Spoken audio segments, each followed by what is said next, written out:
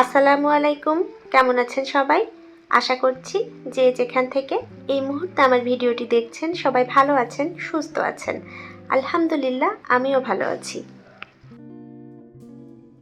এবারে শীতটা কেন যেন দেখতে দেখতে চলে গেল। আসলে জানুয়ারি মাস শেষের দিকে এখনও কিন্তু সেইভাবে শীতটা পড়ছে না। জানি না আর পড়বে কিনা, পড়ার সম্ভাবনা আছে কিনা।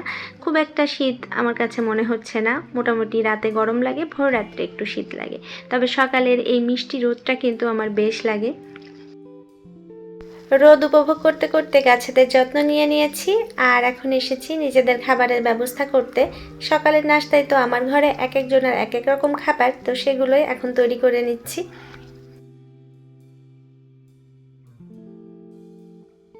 ভিডিওর এই অংশ পর্যন্ত যদি কেউ আমার সাথে থেকে থাকেন তাহলে প্লিজ ভিডিওতে একটি লাইক দিয়ে দিবেন। আর যদি ভিডিওর কোনো অংশ কোথাও যে ভালো লেগে যায় তাহলে আমার চ্যানেলটি সাবস্ক্রাইব করে আমার পাশেই থাকবেন। সাবস্ক্রাইব করে পাশে থাকা বেল বাটনটি প্রেস করে রাখবেন, তাহলে আমি কোনো ভিডিও দেয়া মাত্র আপনার কাছে নোটিফিকেশন চলে যাবে। আর যদি আপনার সময় সুযোগ হয়, ভালো লাগে, আপনি সেটা দেখেও নিতে পারবেন। নাস্তা তৈরি করার এই মুহূর্ত পর্যন্ত আমাদের পরিকল্পনা ছিল অন্যরকম। আমরা নাস্তা করে রেডি হয়ে থাকবো। প্রয়াসের বাবা একটু বাইরে গিয়েছিলেন, উনি ফিরলে আমরা বাণিজ্য মেলায় ঘুরতে যাব, কিন্তু সেটা আর হয়ে ওঠেনি। তিনি কাজের চাপে আটকা পড়ে গিয়েছেন, তো ওই দিন আমাদের পরিকল্পনা বাতিল হয়ে গিয়েছে। তাও আমার একটু খারাপ লেগেছিল, কিন্তু না, ঠিক আছে, আমি আবার মানিয়ে নিয়েছি। আমি যদি আজ থেকে 10 বছর আগের কথা হতো, এই কাজটা যদি আজ থেকে 10 বছর আগে ঘটতো, তাহলে আমি কিন্তু কান্নাকাটি করে একাকার করে ফেলতাম। আমি সহ্য করতে পারতাম না এটা, যে কেন আমার পরিকল্পনা বাতিল হয়ে গেল। কিন্তু সময়ের সাথে সাথে আমার ভেতরে ম্যাচুরিটি এসেছে, বয়স বেড়েছে, সব কিছু মিলিয়ে এখন কিন্তু মানিয়ে নিতে পারছি। আসলে প্রত্যাশা সংসারে যত কম থাকবে ততই কিন্তু শান্তি পাওয়া যাবে বা সুখে থাকা যাবে। যত প্রত্যাশা থাকবে তত কিন্তু কষ্ট পেতে হবে। আর সব সময় যে পরিকল্পনা মাফিক জীবন চলবে তাও কিন্তু হয় না। তো পরিকল্পনা বাতিল হলেই তখন কিন্তু কষ্ট হয়ে যায়, কারণ তখন অনেক বেশি প্রত্যাশা থাকে। তো কোনো কিছুতে অধিক প্রত্যাশা না রাখাই ভালো। তো আমার প্রত্যাশা যেমন আজকে মনে হচ্ছে যে না, ঠিক আছে, আজকে যেতে পারছি না, দুদিন পরে যাব, এখন যেমন মানিয়ে নিতে পেরেছি, আজ থেকে 10 বছর আগে কিন্তু সেই মানানোর ক্ষমতাটা আমার ভেতরে ছিল না। এরকম অনেক প্ল্যানই বাতিল হতো, তখন আমি কান্নাকাটি করে একদম একাকার করে ফেলতাম। তো এখন সময়ের সাথে সাথে সব কিছু মানিয়ে নিয়েছি আর কি। যে কোনো প্রকার শাকই আমার খুব বেশি ভালো লাগে, তবে পালং শাকটা অনেক বেশি পছন্দের। শীতকালে যখন পালং শাক আসে তখন আমি বিভিন্নভাবে খাওয়ার চেষ্টা করি, ভাজি, ঘন্ট, আর এখন যেমন খাচ্ছি ডিমের সাথে অমলেট তৈরি করে। এখানে আমি ডিমের সাথে দিয়েছি পেঁয়াজ কুচি, কাঁচামরিচ কুচি, টমেটো কুচি, আর সাথে কিছু পালং শাক কুচি করে দিয়েছি। এটা খেতে অসম্ভব রকমের মজা হয় আর তেমনই স্বাস্থ্যকরও। যারা একটু ডায়েট করতে চাচ্ছেন তাদের জন্য এটা কিন্তু একটা বেস্ট খাবার হতে পারে। খেতেও যেমন মজা লাগে সেরকম কিন্তু পুষ্টিকর, আবার পেটটাও অনেক সময় ভরা থাকে।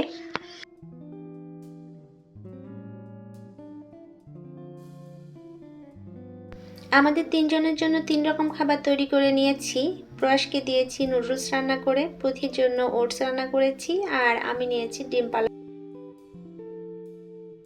সকালবেলায় আমার যে খুব একটা ক্ষুধা লাগে তা কিন্তু না, ম্যাক্সিমাম দিন আমি কিছু না খেয়েই থাকি, মাঝে মাঝে খাই। তবে ইদানিং দেখছি যে কিছু না খেয়ে থাকলে আমার অ্যাসিডিটির সমস্যা হচ্ছে, অনেক বেশি কষ্ট হচ্ছে।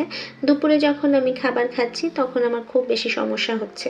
তো এই কারণে ভাবলাম যে না, ঠিক আছে, এখন থেকে সকালে হালকা পাতলা হলেও কিছু খাবো। তো সেই কারণে খাবার নিয়ে বসেছি।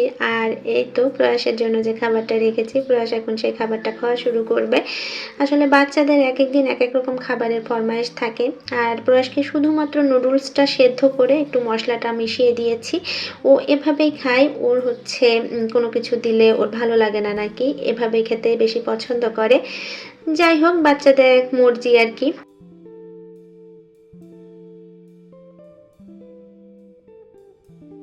নাস্তা হয়ে গেছে বেশ কিছুক্ষণ আগে, আর এখন ঘরে টুকিটাকি কাজ করে নিচ্ছি। আজকে তো আসলে রান্নাবান্নার কোনো প্ল্যানই ছিল না, যেহেতু বাইরে যাওয়ার কথা ছিল। তো সেক্ষেত্রে বাইরেই খাওয়া দাওয়াও হতো হয়তো দুপুরে। তো যাই হোক, সেটা যখন হচ্ছে না তখন ভাবলাম যে টুকিটাকি যা কাজ আছে সেগুলোই করে ফেলি, হালকা পাতলা রান্নাও তো করতে হবে, যেহেতু দুপুরে বাসায় থাকছি, খেতেও হবে। তো যাই হোক, সব কিছু তো আর এক নিয়মে চলে না। এখন হয়তো অল্প স্বল্প কিছু রান্না বান্না করব, খুব একটা বেশি কিছু করব না। তো এই তো আগে এই কাজগুলো গুছিয়ে নিই, তারপরে দেখা যাচ্ছে যে বাকি কাজগুলো করব।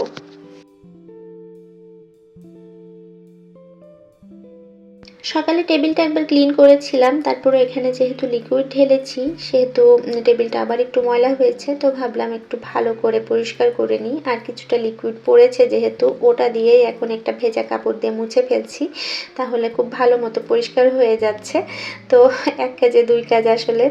আর এদিকে প্রতি ওই যে পাশের বাসার বাচ্চাদের সাথে জানালা দিয়ে কথা বলছে। কথা তো এখনো শেখেনি, তবে বলার চেষ্টা করছে আর কি। কথায় আছে, নতুনদেরকে জায়গা করে দেওয়ার জন্য পুরনোদেরকে তার জায়গা ছেড়ে দিতে হয়। এক্ষেত্রেও হয়েছে তাই। আমার একটা জারবেরা গাছে 3টা ফুল ফুটেছিল, যেখান থেকে 2টা ফুলকে আমি কেটে এনেছি, কারণ তারা বৃদ্ধ হয়ে গিয়েছে এবং গাছের পুষ্টি খেয়ে ফেলছিল।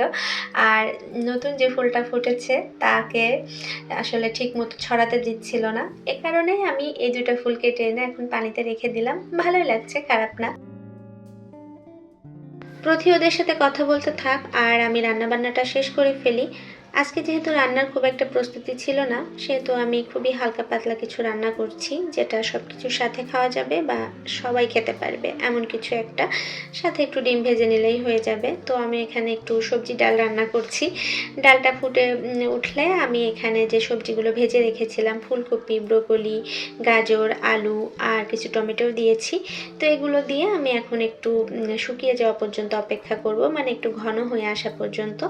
তো ওদিকে ডালটা একটু ঘন হয়ে এসেছে, তো এখন আমি একটু বাগার দিয়ে নিচ্ছি। তো তেলে কিছুটা পেঁয়াজ দিয়েছি, এটা এখন আমি ভেজে নিব। আর যা যা লাগে আর কি, একটু রসুন কুচি দিব, একটু জিরা দিব, সব কিছু মিলিয়ে যখন ভাজা হয়ে যাবে, বাগার যেভাবে দেয় আর কি, দিয়ে নিলেই কিন্তু রান্নাটা হয়ে যাবে। তো আজকের বাগারে আমার কেন যেন মনে হলো একটু পাঁচফোড়ন দিই, খেতে ভালো লাগবে, একটু হোটেল স্টাইল হবে। আসলে হোটেলের সব সবজি কিন্তু অনেক বেশি মজা লাগে, এই ভেজ ডালটাও খুব বেশি মজা লাগে। তার একটাই কারণ, ওনারা হচ্ছে এখানে পাঁচফোড়ন দেয়। আর পাঁচফোড়ন দিলে কিন্তু সবজির টেস্ট পুরাই অন্যরকম হয়ে যায়। এই টাইপের সবজি ডাল ভাতের সাথে খেতে যেমন ভালো লাগে, রুটি, পরোটা সব কিছুর সাথে কিন্তু অনেক বেশি ভালো লাগে। আর রাতে যেহেতু রুটি বানাবো, সেহেতু এই ডালটা দিয়ে আমার হয়ে যাবে। আর গত দিনের কিছু অল্প অল্প তরকারি যেগুলো ফ্রিজে ছিল, তো আমি ওগুলো বের করে গরম করে নিয়েছি। আর এই ডালটা দিয়ে কিন্তু বেশ কয়েক পদের হয়ে গেছে আমার। আর সাথে যদি কেউ ডিম খেতে চায়, একটু ডিম ভেজে দেবো, এই তো হয়ে গেল।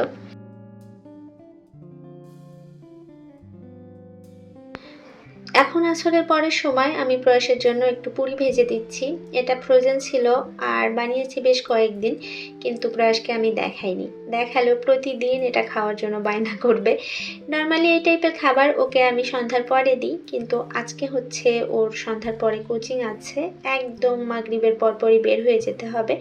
এ কারণে ভাবলাম যে এখনই দিই, ও খেয়ে রেডি হয়ে থাক। আর ওদের ভাই বোনকে রেখে আমি একটু হাঁটতে যাব, হেঁটে এসে ওকে নিয়ে জাস্ট নামাজটা পড়ে বের হয়ে যাব। তো ও খেয়ে রেডি হয়ে থাকলে আমার জন্য এটা অনেক বেশি সুবিধার। আজ তবে এ পর্যন্তই, আজকের মতো বিদায় নিচ্ছি। দেখা হবে আপনাদের সাথে নতুন কোনো ভিডিওতে। ততক্ষণ পর্যন্ত আপনারা সবাই ভালো থাকবেন, সুস্থ থাকবেন। আসসালামু আলাইকুম।